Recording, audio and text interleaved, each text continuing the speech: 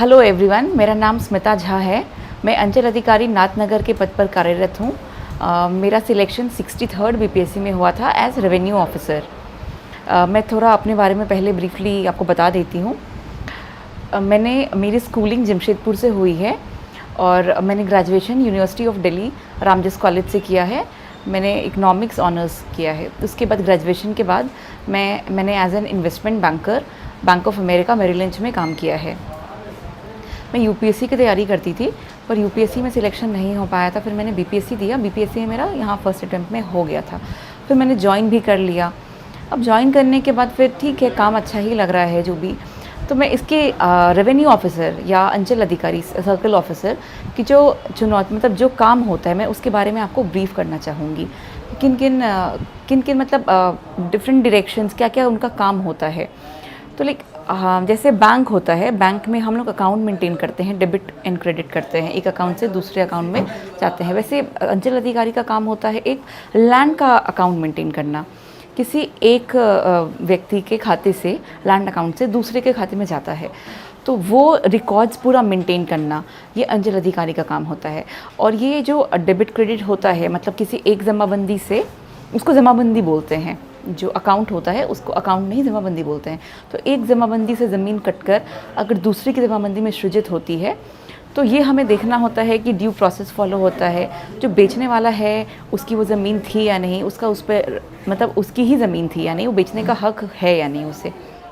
तो ये सब तो डेली हमारा मतलब रूटीन वर्क है। इसके अलावा विधि व्यवस्था में हमें लगाया जाता है। विधि व्यवस्था हमें देखनी होती है अंचल अधिकारी को।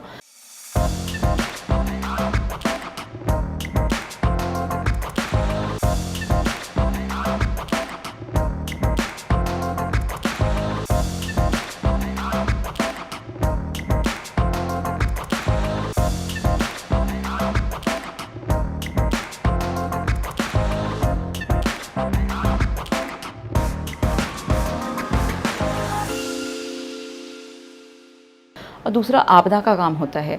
आपदा में किसी भी प्रकार की जो प्राकृतिक आपदा हो, तो वो हमें उसके लिए जो पदाधिकारी होते हैं, जो अंचल स्तर पे है, वो अंचल अधिकारी ही होता है।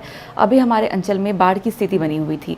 गंगा का जल स्तर निरंतर बढ़ रहा था और वो डेंजर लेवल से ऊपर चला गया था। आपने सुना ही होगा कि इस बार बहुत भयावह बाढ़ आई थी गंगा में।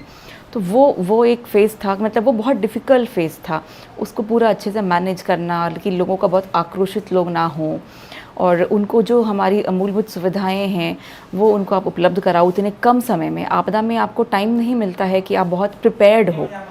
प्रिपेयर्ड एज इन उसके लिए कितने लोग प्रभावित होंगे और फिर उनको आपको क्या सुविधाएं, पता ही है, खाना पीना रहना सब आपको प्रबंध कराना है उतने शॉर्ट नोटिस पे। तो ये सारा अरेंजमेंट करना थोड़ा सा मतलब चुनौती होता है इसमें, बट टचवुड ये बहुत अच्छे से इस बार हो गया सबके सहयोग से ही।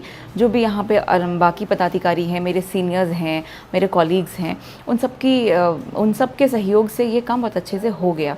अब हमने बाढ़ राहत केंद्र भी बंद कर दिया है क्योंकि जल स्तर खतरे के निशान से नीचे चला गया है। तो जो हमारे शिविर चल रहे थे, जो हमारे सामुदायिक रसोई चल रही थी, वो सबको हमने धीरे धीरे करके बंद करना शुरू कर दिया है। तो वहाँ के बारे में बताती हूँ मैं क्या क्या सुविधाएँ उनको उपलब्ध करानी होती है शिविर में। उनके खाने और रहने का प्रबंध कराना होता है। जो उनके लिए मूलभूत सुविधाएं हैं, बिजली, पानी, शौचालय, ये उपलब्ध कराना होता है। अगर उनके पास पशु है तो पशु की गिनती करके हम पशुपालन विभाग से संपर्क समन्वय स्थापित करके उनके लिए पशु चारा उपलब्ध कराते हैं। हम सारे कैंपों पे मेडिकल टीम रखते हैं। मतलब मेडिकल टीम होती है कि कोई अगर बीमार हो गया, कुछ भी उनको दिक्कत होती है, तो वहाँ पे एक प्राथमिक उपचार के लिए एक डॉक्टर की टीम हो। दूसरा, बच्चों की पढ़ाई उसमें भी बहुत नुकसान हो जाता है, तो उसके लिए हम आंगनवाड़ी केंद्र को बुलाते हैं, आंगनवाड़ी सेविकाओं को बुलाते हैं। उनके माध्यम से बच्चों को पढ़ाया जाता है। और जो छोटे बच्चे हैं जो भोजन नहीं कर पाते हैं या जो भोजन कर भी पाते हैं लेकिन उनका मूल आहार अभी भी दूध होता है, तो उनको हम उनके लिए दूध उपलब्ध कराते हैं। वो भी आंगनवाड़ी सेविकाओं के माध्यम से ही बंटवाते हैं। और 2 वक्त का भोजन, जो दिन का खाना और रात का भोजन, वो उन्हें उपलब्ध कराते हैं। फिर हमें ये देखना होता है कि सारी पंजियाँ हमारी विधिवत संधारित हो। जो लोग आते हैं हमारे शिविर में रह रहे हैं उनका निबंधन हो गया हो और इसमें कोई वित्तीय अनियमितता ना हो। तो इसके लिए हम उनका आधार नंबर, उनका मोबाइल नंबर, पूरा डिटेल्ड अकाउंट मेंटेन करते हैं कि कहीं कोई बाद में जांच हो तो वो पूरा एक रिकॉर्ड हो। उसका रिकॉर्ड कीपिंग जितना ही ज़रूरी है लोगों को सुविधाएं उपलब्ध कराना उतने शॉर्ट टेन्योर नोटिस पे, उतना ही ज़रूरी है उसका रिकॉर्ड कीपिंग। रिकॉर्ड कीपिंग नहीं होता है तो फिर दिक्कतें आती हैं बाद में। तो ये सारी चीज़ें हमें मतलब उसमें ही देखना था कि सब कुछ ड्यूली सब कुछ अच्छे तरीके से हो जाए। और फिर बाढ़ के बाद अभी हमारा एक और अलग चुनौती है निर्वाचन। पंचायत चुनाव की घोषणा हो गई है। पंचायत चुनाव में भी RO and ARO, BDO, CO ही होते हैं। बीडीओ या सीओ में से कोई भी आरओ हो सकता है। तो उसके लिए भी मतलब लोगों को तो ये दिखता है कि बस एक चुनाव का दिन है, उनको लगता है कि बस उसी दिन काम है, लेकिन एक्चुअली वो जो चुनाव का दिन होता है उस दिन बस 10% काम होता है। बाकी जो 90% काम होता है वो बैकएंड में पहले से 2-3 महीने पहले से ही होता रहता है। तो उसकी जो सूची बनती है कि जो लोग 18 साल से के उम्र के हो गए हैं उनका नाम जोड़ना है, तो उसकी प्रक्रिया शुरू कर देते हैं हम लोग। और फिर उनको जो वोटर रोल उनको भेजते हैं, उनके लिए हम वो क्रमांक भेज देते हैं और किस केंद्र में उनको मतदान करना है, मतदान केंद्र वो उसके साथ ही भेजते हैं।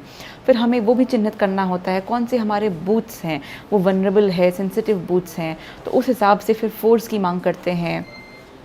तो बहुत सारी समस्याएं होती हैं। इस बार तो हमारा जो पंचायत चुनाव है वो ईवीएम के माध्यम से होगा, इलेक्ट्रॉनिक वोटिंग मशीन के माध्यम से होगा। तो उसके लिए भी हमें देखना होता है कि किस बूथ पे हमें कौन सा ईवीएम भेजना है। जब ईवीएम आता है तो उसको भी हम मिलाते हैं, सीयू बीयू से मिलाते हैं, उसका नंबर देख के फिर हम बूथ से टैग करते हैं कि इस बूथ में इसी नंबर का ईवीएम जाना है, उसका सीयू का नंबर ये होगा, इसका बीयू का जो बैलेट यूनिट है उसका नंबर ये होगा। ज़्यादा कैंडिडेट्स हैं तो बीयू के यूनिट्स हम बढ़ा देते हैं, किसी में 2-3 यूनिट्स भी लगते हैं। तो ये सब तो मतलब बात का, जब नॉमिनेशन होगा वो सब के बाद का प्रोसेस है। लेकिन मतलब इलेक्शन का जो प्रोसेस है उसमें ये सब भी इनग्रेंड है, मतलब वो हमें करना पड़ता है। तो इससे पहले इतनी तैयारियां करनी होती है। इलेक्शन में मतलब 2-3 महीना हमारा समय बहुत जाता है और इसके लिए मतलब इसमें किसी भी प्रकार की कोई अनियमितता ना हो, किसी भी बाद में कोई कठिनाई ना हो। तो ये बहुत अच्छे से मतलब एक एक चीज़ देख देख के बहुत ज़्यादा अलर्ट होके हमें ये काम करना पड़ता है। इलेक्शन में कभी कोई कमी ना रह जाए, मतलब कोई दिक्कत ना आए, कोई आरोप प्रत्यारोप ना शुरू हो जाए। तो इसके लिए बहुत ही ज़्यादा अलर्ट रह के हमें काम करना पड़ता है। तो वो प्रक्रिया अभी शुरू हो गई है। मॉडल कोड ऑफ कंडक्ट मतलब आचार संहिता लागू हो गई है। उसमें भी हमें देखना होता है, व्हीकल इंस्पेक्शन होता है, कहीं पैसों का तो आदान प्रदान नहीं हो रहा है उसकी चेकिंग होती है, कहीं आर्म्स का तो नहीं मतलब हो रहा है, कुछ आर्म्स का लाइसेंस है या नहीं वो चेक करना होता है। मतलब आर्म्स लाइसेंस चेक होता है कोई भी चुनाव से पहले, लाइसेंस वेरिफिकेशन। तो वो भी काम हमारे अंचल के माध्यम से ही होता है, थाना के माध्यम से, पर उसमें अंचल अधिकारी का रोल भी बहुत महत्वपूर्ण होता है। और उसके अलावा जो और भी बहुत सारे, अभी जैसे हमसे जो हमारे न्यास बोर्ड की ज़मीन है उसका ब्यौरा मांगा जा रहा है। बहुत बड़े पैमाने पे देखा जा रहा है कि न्यास बोर्ड की ज़मीन है वो अतिक्रमित होती जा रही है, उस ज़मीन की खरीद बिक्री हो रही है। तो बिहार सरकार की ज़मीन है वो हमारी, तो उसको हमें संरक्षण प्रदान करना है। वो अगर ज़मीन ज़्यादा है, मंदिर के अलावे और ज़मीन बच रही है, तो फिर हमें ये देख लेना है कि मतलब अगर हम उसमें और कुछ सरकारी काम कर सकते हैं, अगर हम विद्यालय की स्थापना कर सकते हैं या हॉस्पिटल बनवा सकते हैं, तो जब बिहार सरकार ज़मीन उपलब्ध है तो हम उसको चिन्हित करके पहले से ही रखेंगे तो हम उसको दे सकते हैं। अगर कोई भी योजना सरकार की लागू होनी है उसके लिए हमें ज़मीन चाहिए तो वो सरकारी ज़मीन हम उनको उपलब्ध करा सकते हैं। तो इसीलिए इसको हमारा यही प्रयास है कि उसको हम डिजिटलाइज़ कर लें कि जब भी जहाँ ज़रूरत हो उसके हिसाब से हम उसको उपलब्ध करा दें। तो उस प्रक्रिया में हम लगे हुए हैं कि इसका एक सूची बना लें और इसको डिजिटलाइज़ कर लें ताकि इसकी सूची हमारे ज़िला में भी एक हो और विभाग के पास भी हो, तो ये बहुत पारदर्शी हो। कहीं भी कोई अतिक्रमण होगा तो मतलब हम उसको तुरंत खाली करा सके, हमारे संज्ञान में आए और प्रशासन के माध्यम से उस अतिक्रमण को खाली कराया जा सके। डीकेटी एक बहुत ही बेहतरीन प्लेटफॉर्म है जिसके माध्यम से हम हज़ारों स्टूडेंट्स, करोड़ों स्टूडेंट्स के बीच पहुंच सकते हैं। हम बता सकते हैं जो हमारे एस्पिरेंट्स हैं, जो बीपीएससी की तैयारी कर रहे हैं, उनको बता सकते हैं कि इसकी तैयारी कैसी करनी है। बहुत सारे ऐसे वीडियोस होंगे जिनके माध्यम से बताया गया होगा कि क्या क्या पढ़ना है, कैसे, और क्या आप छोड़ना है। क्या पढ़ना है तो इम्पोर्टेंट होता ही है, पर क्या नहीं पढ़ना है वो उससे भी ज़्यादा इंपॉर्टेंट होता है। आप कम समय में कैसे मैक्सिमम चीज़ें कवर कर सकते हैं, वो भी बहुत सारे वीडियोज़ के माध्यम से बाकी एस्पिरेंट्स ने, बाकी जो ऑफिसर जो सिलेक्टेड हैं ऑलरेडी, उन्होंने आपको बताया होगा।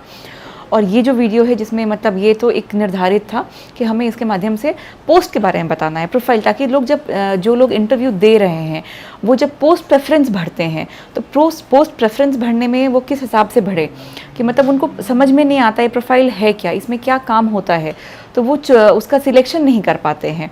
तो उसके बारे में बताया मैंने प्रोफाइल के, मतलब इसमें क्या क्या काम होता है, किन किन डायरेक्शंस में, किन किन चीज़ों में, किन किन एरियाज़ में इनका काम होता है और कैसा प्रोफाइल कैसा है।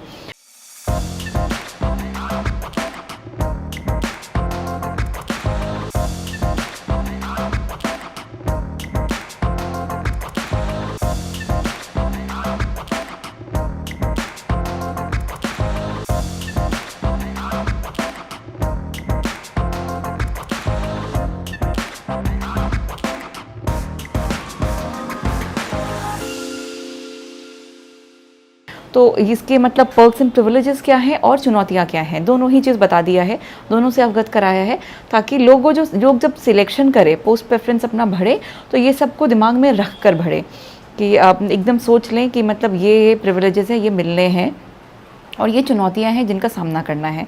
तो उनका माइंड मेकअप रहेगा, इसके हिसाब से वो पोस्ट प्रेफरेंस भरेंगे और फिर जब वो आएंगे इस जॉब में तो उनको कोई दिक्कत नहीं होगी कि वो प्रिपेयर्ड होंगे, मेंटली प्रिपेयर्ड होंगे कि ये होता है इस काम में, अगर इस जॉब में आप आए हो तो आपको ये फेस करना पड़ेगा।